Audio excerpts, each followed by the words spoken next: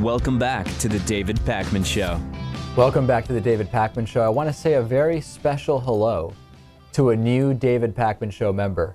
And that is, of course, made possible by liberalbias.com. Lewis, life just is not fair to conservatives. Everywhere you look, there's liberal bias, and you can find the best examples of that liberal bias at liberalbias.com. Joseph White is a new David Pakman Show member. Hell of a guy. Anybody named Joseph, unless they're evil, is really a really good guy, I think is fair to say. It's a biblical name. Joseph. Yeah. There you go.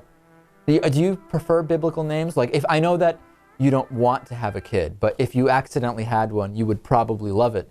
And if, let's say you did love it, would you think Joseph would be an appropriate name? I would never pick a biblical name because it was a biblical name. But you might like the name anyway. Right. In spite of it being a biblical name. Absolutely. There you go. Good. I like to get that insight from Lewis. Also, you can support the show by using the Amazon.com banner at davidpakman.com for all of your Amazon shopping. You click it, you bookmark it, you use it in the future. Very simple stuff, Lewis. Very simple. Governor Nikki Haley of South Carolina, she's a Republican. She was on The View, and she made the weird statement that women don't care about contraception.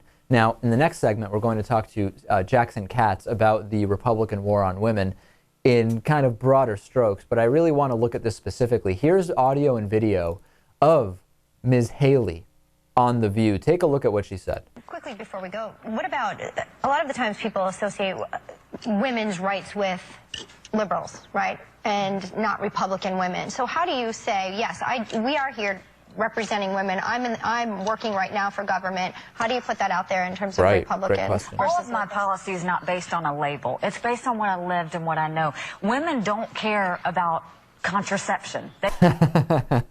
Women don't care about contraception. Now then, she realized that she said something completely boneheaded and absurd, and she did kind of start backtracking, Lewis. Let's listen to that part. They care about jobs and the economy and raising their families and all of those things. And so we should never care about contraception, too. But that's not the only thing they care about. No, the media wants to talk about contraception. But when someone like Rick Santorum says he's going to take it away, we care. Yeah. Well,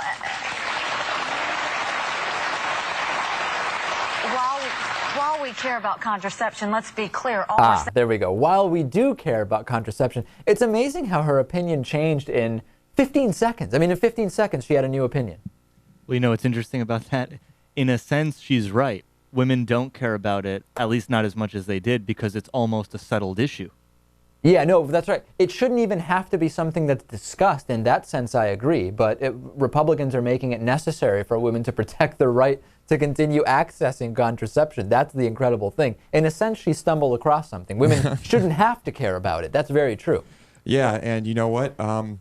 Let's say 3 years ago, we never talked about it because it wasn't being threatened. It wasn't an issue. That's exactly right. And we do have actual evidence that women do care about it. There's a new Gallup poll out in swing states which says that the contraception issue is not going particularly well. Obama is now ahead of Romney in those states by 9 points, 51-42.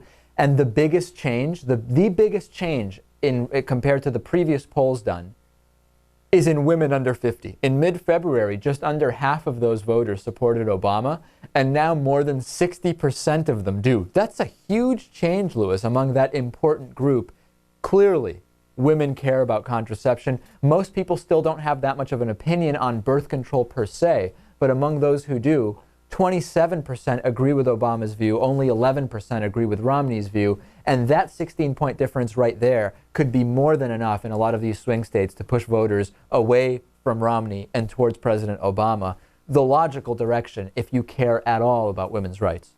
Sure. I think I know exactly what's going to happen, but, you know, we'll just have to wait and see. What do you mean? What will happen with what? With everything. With this. I just don't see how anyone who has a reasonable head on their shoulders, because of all the social madness that the Republicans are spewing, will ever vote for anyone who's running for office right now. No, but what could happen is that it just kind of blows over by November because Republicans back off of it. I actually think this is an issue the Obama campaign should stick with and keep it in play, because it is going to absolutely hurt Republicans, no matter which of these four candidates or someone else is the nominee eventually. Right. Well, yeah, I mean, I'd imagine after the primary, the discussion will not focus on social issues nearly as much.